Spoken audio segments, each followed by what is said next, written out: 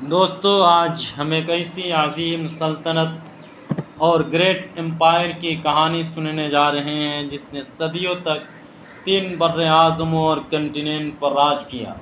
جی ہم بات کر رہے ہیں خلافت عثمانیہ اور اوٹومن امپائر کی۔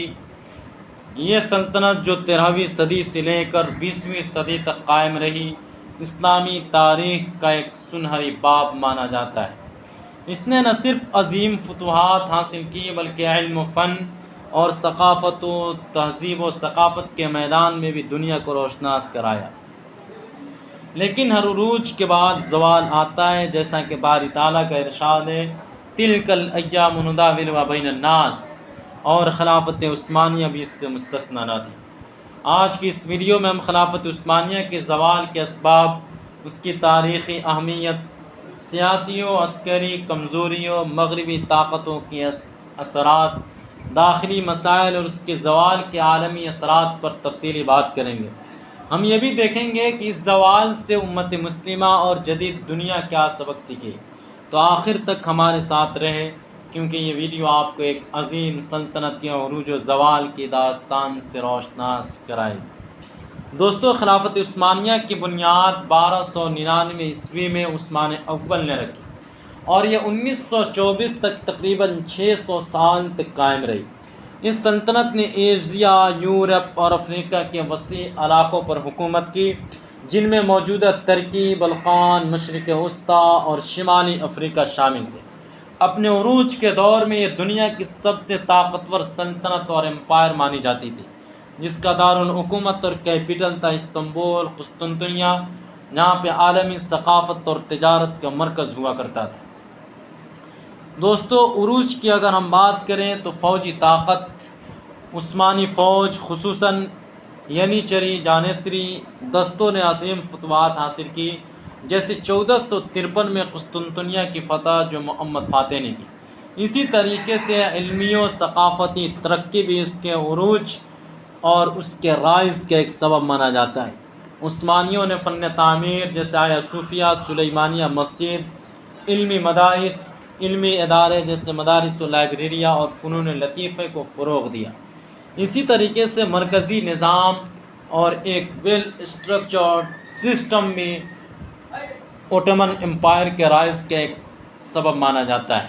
سلیمان اعظم، جنہوں نے 1266 سے 1520 تک حکومت کی، سلیمان اعظم کے دور میں عثمانی قانون نامہ نے عدل و انصاف کا ایک ماڈل پیش کیا۔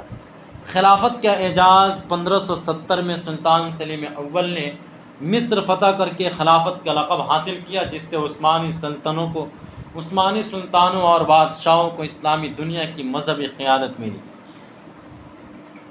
لیکن 17ویں صدی کے آخر سے عثمانی سلطنت کمزور ہونے لگی۔ 1699 کے معاہدے کارلویتیز اس کی پہلی بڑی شکست تھی، جب اس نے یورپ میں وسیع علاقے کھو دیے۔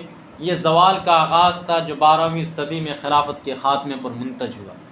دوستو، خلافت عثمانیہ کا زوال ایک رات میں نہیں ہوا، اس کے پیچھے کئی داخلی اور خارجی اسباب تھے۔ آئیے پہلے داخلی اسباب اور داخلی مسائل پر بات کرتے ہیں۔ سب سے ایک بنیادی وجہ مانی جاتی تھی پولیٹیکل ویکنیس اور سیاسی کمزوری۔ 17ویں صدی کے بعد عثمانی سلطان کمزور ہونے لگے۔ سلیمان اعظم کے بعد آنے والے سلطانوں میں قیادت کی کمی نظر آئی۔ دربار میں بدعنوانی اور اقربا پروری بڑھ گئی، جس سے انتظامی نظام کمزور ہوا۔ ینیچری کی بغاوت بھی ایک بنیادی وجہ مانی جاتی ہے خلافت عثمانیہ کے ڈکلائن کا۔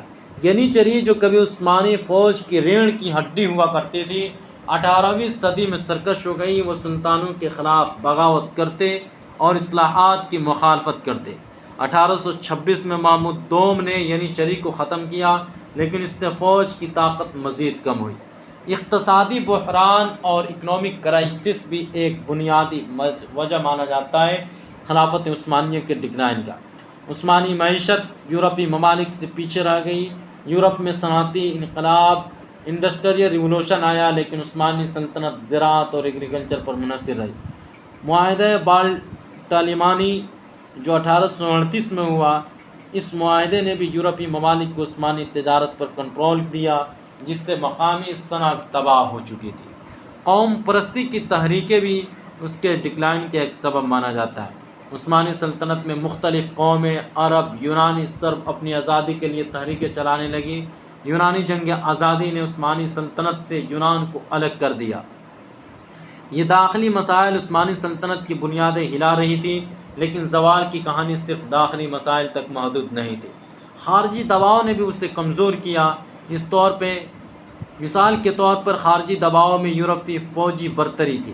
18ویں اور 19ویں صدی میں یورپ نے انڈسٹریل ریولوشن کے ذریعے ماڈرن ویپنز اور فوجی حکمت عملی تیار کی۔ عثمانی فوج اس کے مقابلے میں پیچھے رہ گئی۔ روس کے ساتھ جنگیں بھی ایک بنیادی سبب مانا جاتا ہے خلافت عثمانیہ اور اوٹومن امپائر کے ڈکلائن کا۔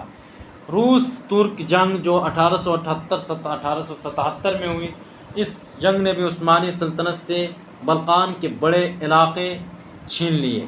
استعماری مداخلت برطانیہ، فرانس اور روس نے عثمانی علاقوں پر قبضہ شروع کیا۔ مصر 1882 میں برطانوی کنٹرول میں چلا گیا اور الجزائر فرانس کے ہاتھوں میں چلا گیا۔ یورپی طاقتوں نے عثمانی معیشت کو قرضوں کے ذریعے کنٹرول کیا، جس سے سلطنت مالی دیوالیہ پن کے دہانے پر پہنچ گئی۔ یورپی طاقتوں نے عثمانی سلطنت کے اندر قوم پرست تحریکوں کو ہوا دی۔ عرب بغاوت، جسے برطانیہ نے سپورٹ بھی کیا، اس بغاوت نے مشرق وسطیٰ کے علاقوں کو عثمانی کنٹرول سے آزاد کرایا۔ ان خارجی دباؤں نے عثمانی سلطنت کو چاروں طرف سے گھیر لیا۔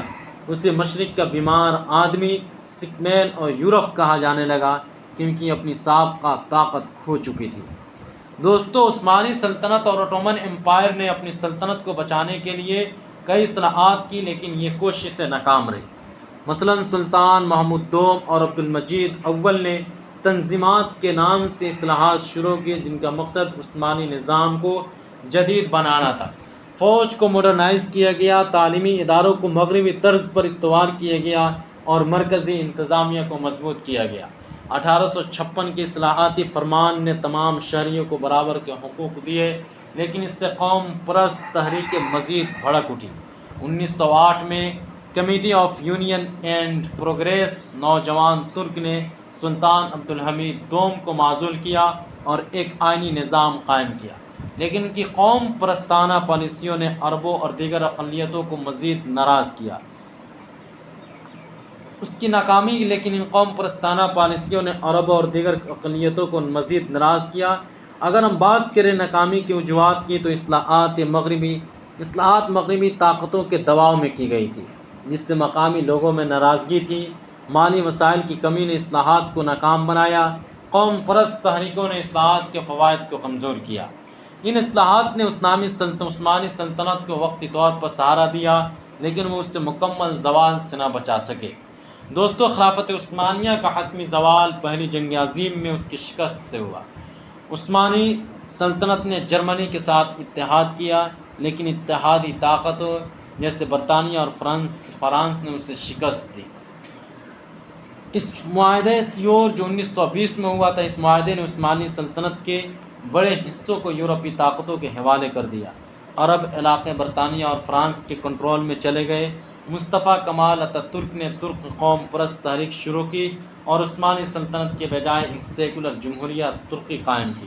1922 میں سلطان محمد ششم کو معزول کیا گیا اور 1924 میں خلافت کو باضابطہ طور پر ختم کر دیا گیا۔ اسلامی دنیا کی تقسیم اس طریقے سے ہو چکی تھی۔ خلافت کے خاتمے سے امت مسلمہ کی سیاسی وحدت ختم ہو چکی تھی۔ مشرق وسطیٰ کی سرحدیں معاہدہ سیور اور لوزان معاہدہ نے مشرق وسطیٰ کی جدید سرحدیں بنائیں، جو آج تک تنازعات کا باعث ہے۔ ترکی کی سیکولرائزیشن بھی ایک سبب مانا جاتا ہے۔ مصطفیٰ کمال کی اصلاحات نے ترکی کو ایک سیکولر ریاست بنایا، جس نے اسلامی دنیا پر گہرے اثرات مرتب کیے۔ معاہدہ دوستو، خلافت عثمانیہ کا زوال ایک عظیم نقصان تھا، لیکن اس سے ہمیں کئی سبق ملتے ہیں۔ اتحاد کی اہمیت، داخلی اختلافات اور قوم پرستی نے سلطنت کو کمزور کیا۔ امت مسلمہ کو اتحاد کی ضرورت ہے۔ سائنس، ٹیکنالوجی اور تعلیم میں ترقی کے بغیر کوئی قوم آگے نہیں بڑھ سکتی، اس لیے ماڈرنائزیشن ضروری ہے۔ اصلاحات کو مقامی ثقافت کے مطابق ہونا چاہیے، نہ کہ بیرونی دباؤ کے اوپر، جیسا کہ ترک خلافت عثمانیہ کے اندر جو ماڈرنائزیشن اور ریفارم کی جو بات تھی وہ بیرونی پریشر اور ایکسٹرنل پریشر کے نتیجے میں تھا۔ عثمانیوں نے اپنے عروج میں علم کو فروغ دیا۔ آج ہمیں مدرسوں اور جدید تعلیمی اداروں کو جوڑنا چاہیے۔ مسلم ممالک کو سائنس، ٹیکنالوجی اور تعلیم پر توجہ دینی چاہیے۔ OIC جیسے ادارے کے ذریعے سے اسلامی دنیا دوبارہ اتحاد قائم کر سکتی ہے۔ مدرسوں میں سائنسی تعلیم کو فروغ دیا جائے، جیسے مغل دور میں درس نظامی نے کیا تھا۔ دوستو، خلافت عثمانیہ کے زوال ایک عظیم سلطنت کا خاتمہ تھا، لیکن اس کی کہانی ہمیں اتحاد، یونیٹی، ایجوکیشن اور ریفارم کی اہمیت سکھاتی ہے۔ آج ہم اپنے ماضی سے سبق سیکھتے ہوئے ایک روشن مستقبل کی طرف بڑھنا ہے۔ اگر ہم سائنس، ٹیکنالوجی اور اتحاد پر توجہ دیں تو ہم دوبارہ عظیم اور گریٹ بن سکتے ہیں۔ آپ سب سے میری گزارش ہے کہ اس موضوع پر اپنے خیالات کمنٹ سیکشن میں شیئر کریں۔ کیا آپ سمجھتے ہیں کہ خلافت عثمانیہ کے زوال سے ہم سبق سیکھ سکتے ہیں؟ اگر ہاں تو کیسے؟ اگر ویڈیو پسند آئے تو اسے لائک، شیئر اور سبسکرائب ضرور کریں۔